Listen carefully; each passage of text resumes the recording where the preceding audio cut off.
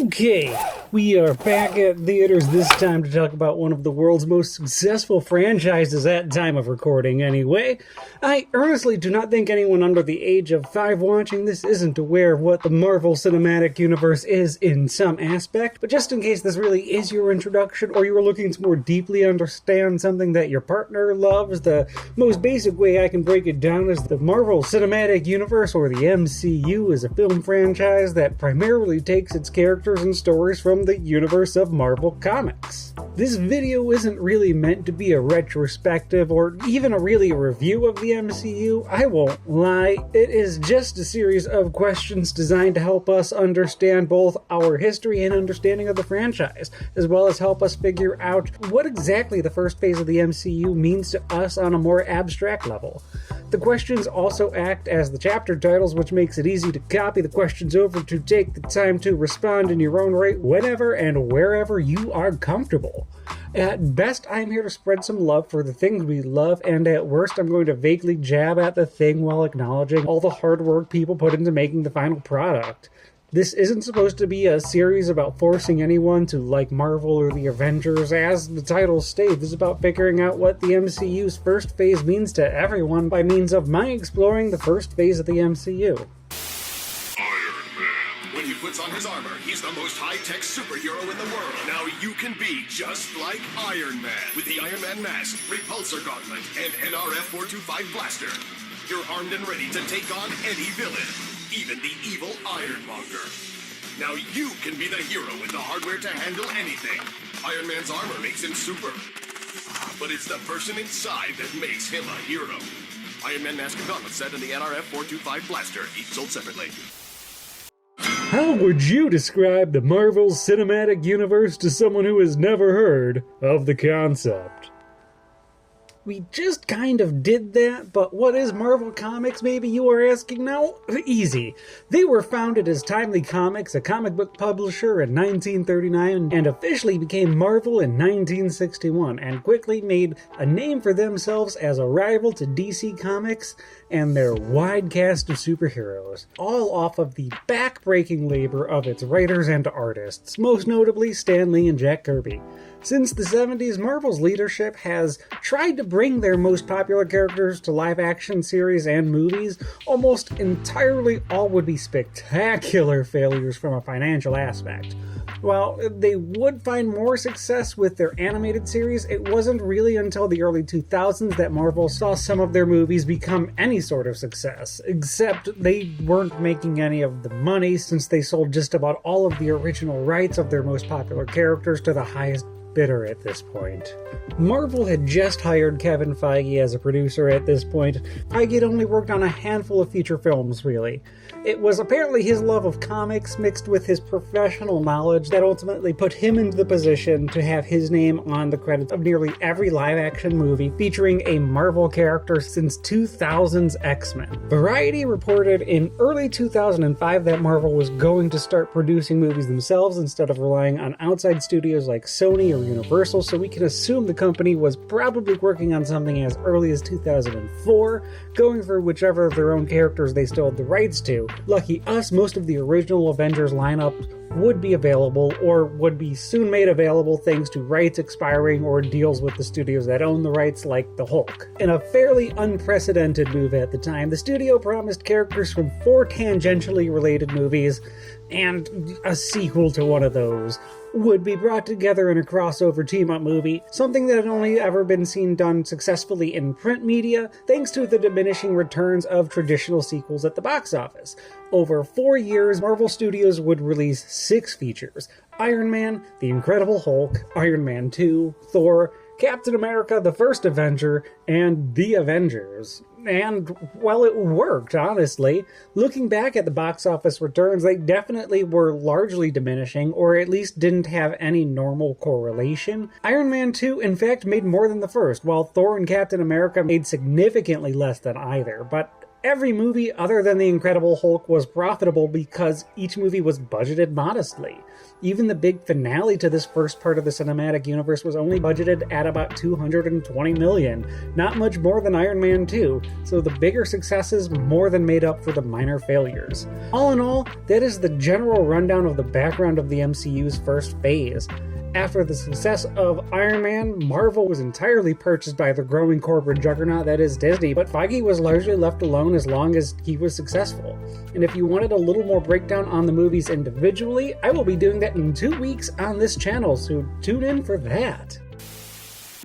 Dark Bruce Banner, belted by gamma rays, turned into the Hulk. Ain't he on glamour rays? Reckon the town with the power of a bull. Ain't no monster clown who is as lovable As ever-loving Hulk. What are your earliest memories of the MCU? I would have been in the 6th grade when the news first dropped regarding the formation of the MCU being a thing. While I was into comics and I loved the X-Men movies that were out at the time, I wasn't exactly following the news about it all as much as I was consuming everything thrown in my eager preteen face. I'm pretty sure that my first knowledge of Iron Man would have been a day after watching the Super Bowl when I caught up with all the trailers that played during the Sports Bowl I didn't watch, and Marvel followed that up with a pretty heavy marketing campaign that got young me into theaters on my parents' dime. That also meant I wasn't really expecting a post-credits scene, so guess who paid for another ticket just to see Samuel L. Jackson strut his stuff? After that, all anybody could really talk about was how everything was going to connect in the MCU, really pumping up specifically Iron Man 2 and the Avengers, the two closest things they had to a sure hit. But yeah, after the first Iron Man movie, I was very much into what the series had to offer, and I don't think I've missed a movie in theaters until COVID hit.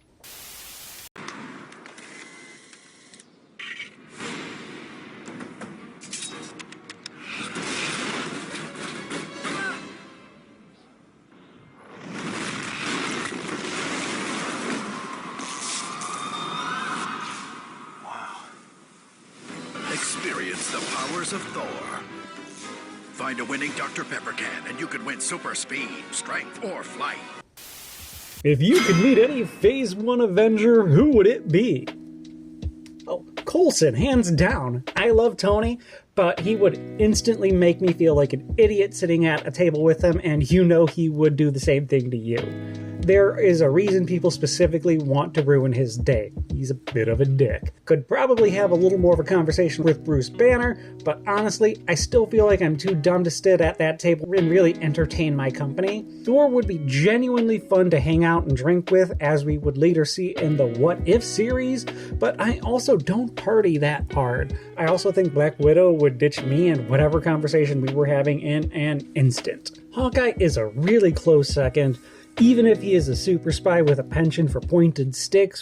Suppose he's got a pointed stick. Shut up! We all know how down to earth and chill the guy is. His entire series is pretty much that between super stuff. But Agent Coulson lives for the nerd shit, man, and is exceptionally open-minded about virtually everything thrown at him.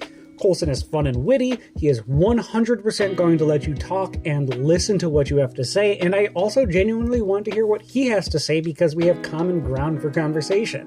If someone wants to argue that Coulson doesn't count as an Avenger, well, kindly and courteously, fuck off. That man was a consistent force that managed to be one of the few through lines in the first phase. Clark Gregg was amazing as Edison's assistant in the Young Indiana Jones Chronicles, and he is fantastic as Coulson.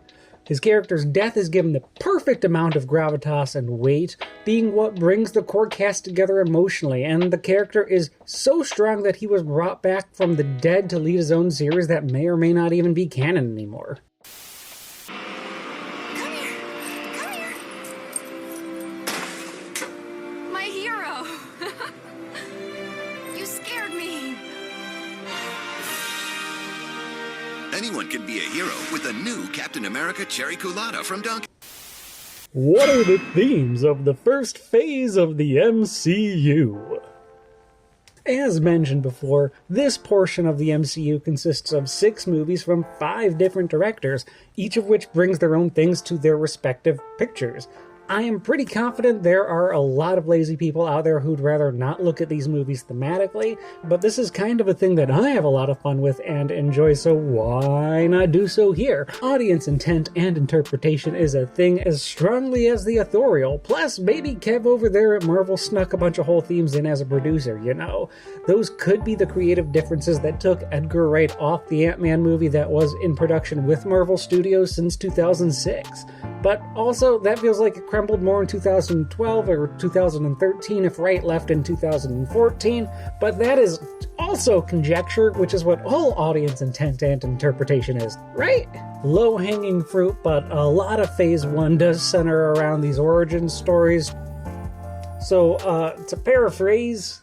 With great power comes great responsibility. Actually, as I'm writing it, that does feel like what just about every origin movie in the MCU is pushing. Just going about it in a different way. Tony Stark in the first Iron Man is dangerously close to becoming a villain by proxy when he learns this lesson. Where the ending of The Incredible Hulk, a character made famous for the uncontrollable nature of the subconscious, has Bruce Banner specifically work to control his power to use it responsibly when he becomes Mark Ruffalo in the Avengers. The themes and the messaging of the first Thor movie is literally written on the side of Mjolnir. Where in Captain America, Steve Rogers understands this from the very moment the movie starts, but doesn't actually have the power until it's injected into his veins. If each of these origin stories is about characters with abilities learning the responsibilities of said abilities in their own unique manner, then the Avengers is all about putting differences aside for a greater responsibility in stopping a fucking tyrant that wants to strip all your freedoms away and expects you to do it eagerly like fucking sheep. The only movie that feels a little superfluous to this theme is Iron Man 2, where Tony has to pretty much relearn this after slipping into and then beating alcoholism by getting a little motivation and help from Daddy. This might actually be why Iron Man 2 continues to feel so off and disappointing to me personally, in spite of everything the movie does well. Who dare cross the Avengers? It's Loki. Wait, I forgot my shield. I think my mom has it. I'm over here. Come on, guys. Hey, Mom, we're looking for Loki. Did you look over there?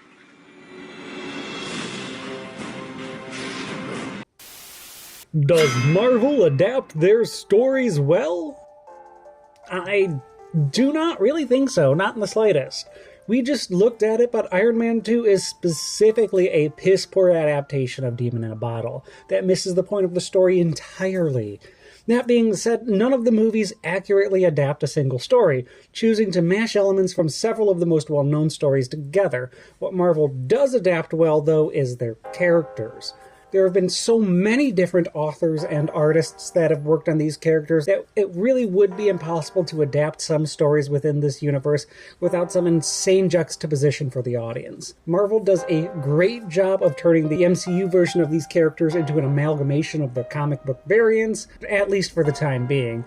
The famous or iconic elements that we can't fit into the larger story we make sure to mention as a nod if you're being generous, or as fan service if you're being cynical. The amount of time comics have had to tell all these stories as a continuing narrative is astronomical in comparison to the amount of time Marvel Studios can keep their actors happy and paid. The only way some suits are even going to look at a script is if you force multiple narrative arcs to make out while cutting some of the elements out of those original stories.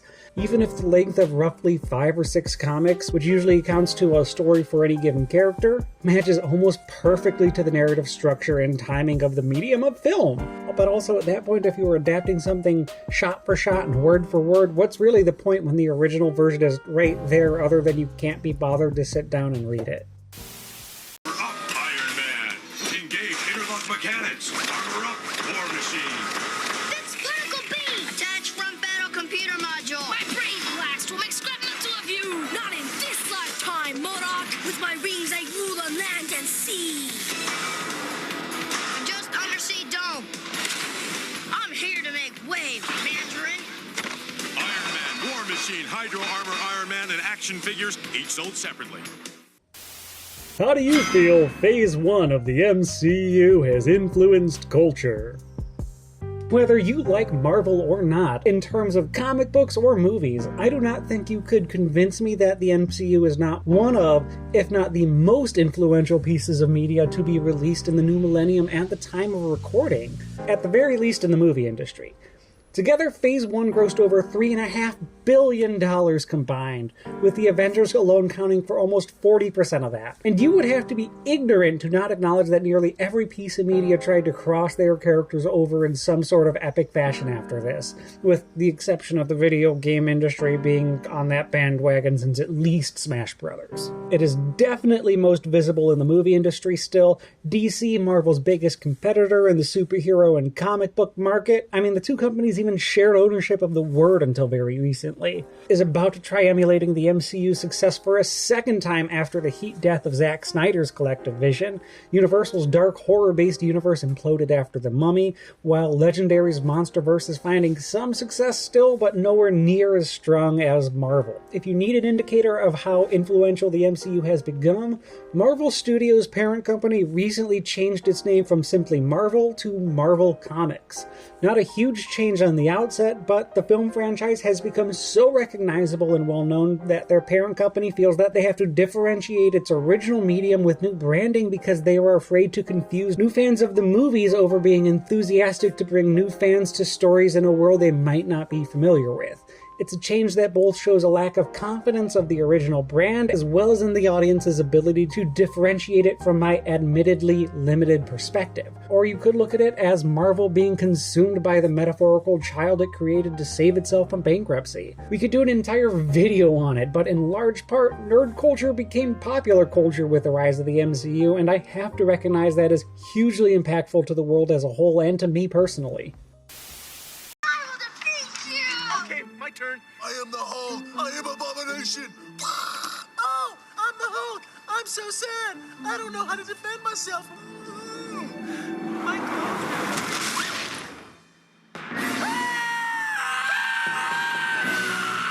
Right now at Burger King, you can collect all 6 Incredible Hulk toys, 1 per kids meal. What do you think made the MCU so successful? So I certainly believe part of it is how much the MCU cared about properly adapting their characters early in the franchise. That mixed with some of the best casting decisions in the history of cinema. Like seriously, Sarah Haley Finn did so much heavy lifting early on. Did a lot to build a relationship between the audience, Marvel, and the larger fan base as a whole. Looking back at the movie industry as a whole at the time of the early MCU, you can also see how distinct the Marvel movies stand out by being light and fun. The Marvelification of cinema does not get rolling until after a world that has seen the Avengers, really. The hard R audience was having a strong run with both comedies and horror. Romantic comedies were on their way out, but still going strong at this point. And all the action movies were pretty much failing to find an audience. This, in combination with audiences becoming gradually more aware and confident in superhero movies thanks to the X-Men's, the Blades, the Batmans, really set the groundwork for Marvel to take the ball and run with it. The rest of the industry sat and waited to see if Marvel would successfully pull off the shared universe, and it paid out for Marvel big time. Whether you think it was the right move or not, the media and a large portion of the public saw the other cinematic universe popping up. Audiences at worst saw them as pale imitations, and at best understood that they had a lot of proverbial ground between them and Marvel's head start. Unstoppable together, Avengers! Assemble! Iron Man jets in with a repulsor blast. Captain America throws a shield far and fast. Thor's hammer makes thunder and lightning crash. And the whole kit's hard with a big hole smash. Teaming up to save the world in the ultimate fight. Earth's mightiest heroes gonna make it right. Powerful alone, unstoppable together. With all new Avengers Arsenal gear, you can join Earth's mightiest heroes. Each sold separately, batteries not included. Is the MCU detrimental to cinema? I think this is a really distressing question to tackle for me in general because it phrases the question as though the MCU doesn't even have a right to exist or be successful. There's this big franchise that so many people see as amazing enough to keep pouring their money into in spite of what you see as a perceived lack of quality. On top of that, other studios and companies you trusted to make things to entertain you jumped on that bandwagon half-heartedly and pulled the rug out from their promises at the first sign that things might get rough. It was the combination of a ton of factors like the rise of streaming, crowdsourced media sites like YouTube, and the ever-growing popularity of video games that fundamentally changed the movie industry from what it was at the start of the century just 25 years ago. The MCU just hit all the right buttons at the right time to become so widely popular that it also got to be part of changing the industry. Do I think the movie industry would be different if Marvel and the MCU never took off the way they did? Honestly, I doubt it. It's not like team-up movies and cinematic universes were entirely a new concept. It only would have been a matter of time before DC or Universal tried their own hands at the crossover again, and eventually it would have hit. We would have started the serialization of the feature film with another lead, and would have been angry at that for being successful instead. Change is scary, but please do not blame the instigator of that change when it was just playing the game better than anyone else. The capitalization of the industry over the artistry is ultimately what's detrimental to the medium. Like, making a financial profit and profitable movies will always be part of the industry, but balancing that out with new and interesting ideas from real artists has to be kept into account to keep the ever-changing attention of audiences. Schlock is art. And art is funded by schlock. The cinematic masterpieces of the Lord of the Rings trilogy wouldn't exist without the funds New Line brought in from the schlocky Freddy Krueger movies. Thor, whoever wields his hammer, shall possess powers like the mighty superhero, summon booming thunder, launch flying bolts, and call forth the lightning. Battle like Thor with a lightning hammer and helmet, each sold separately. What hero would you have incorporated into the MCU's first phase? So the obvious choices are characters like Ant-Man and the Wasp, founding members of the original Avengers in the comic books whom we wouldn't see until the end of Phase 2, or big fan favorites like Spider-Man or Wolverine or Deadpool. But I propose a different choice. Something more interesting and offbeat for a YouTube video like this. Imagine if Squirrel Girl showed up early in the MCU and got her own movie. Yes, Doreen Aileen Green herself. She doesn't have to be a part of the Avengers, but if you changed her origin and tied it to Hank Pym, it could have been a good way to backdoor those characters into the first Avengers movie as well and still saved Scott Lang Ant-Man for his own film. Imagine Squirrel Girl running amok in her own little movie where she hangs out with squirrels all day and saves her school from a discount Spider-Man villain that people can point at the screen and gawk at. I know we're also looking way down the line, but it would have made for a super emotional scene where Squirrel Girl and only half of her squirrels evaporate after Infinity War. And an army of squirrels coming through a portal in Endgame would have been amazing. It would not have fit in with the rest of Phase 1 at all thematically, but if framed right, Squirrel Girl could have been a weird girl Spider-Man in a Marvel universe that still did not have the rights to Spider-Man. Looks like it's time for two legendary heroes, Ms. Marvel and Squirrel Girl! Let's get noise! And something about stretchy powers. It'll come to me. What does Phase 1 of the MCU mean to you? I find myself in a fun little spot. I do not think Phase 1 of the MCU is peak cinema, or even the peak of the MCU in general. But I do find myself vehemently defending Marvel, the MCU, and all of its projects pretty much consistently from people who blame Marvel for getting good and winning when it came to screening surveys. And it's not like all the MCU is a distillation of focus groups that people made in a vacuum. The creators behind these movies do clearly love these stories and the characters. When the movies were released, I really liked Iron Man. I liked The Incredible Hulk. I enjoyed Thor. I hated Iron Man 2, and I was a little let down by Captain America until I loved The Avengers.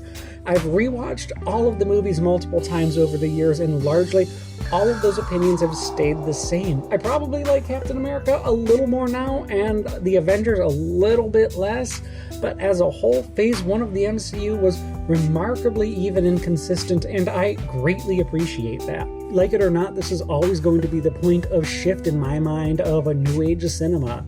I said it previously, but the characters that Kevin Feige took and melded into a franchise changed the industry with its success. So much success that we are about to watch cinema witness its first big crisis-level event and relaunch of a tweaked universe after Secret Wars.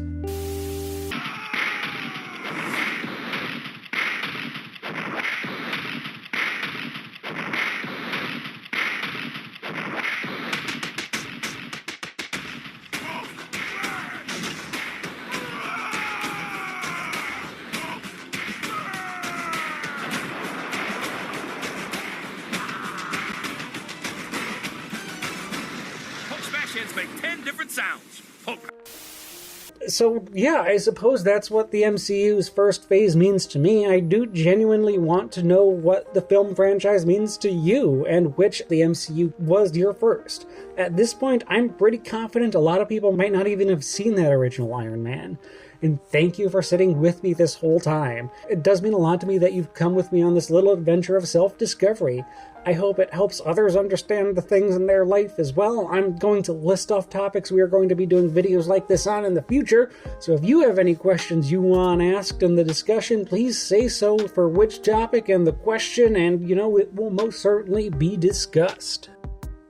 Upcoming episodes on Doctor Who, the First Doctor, Godzilla, the Showa Era, The Venture Brothers, Disney's Golden Age, Samurai Jack.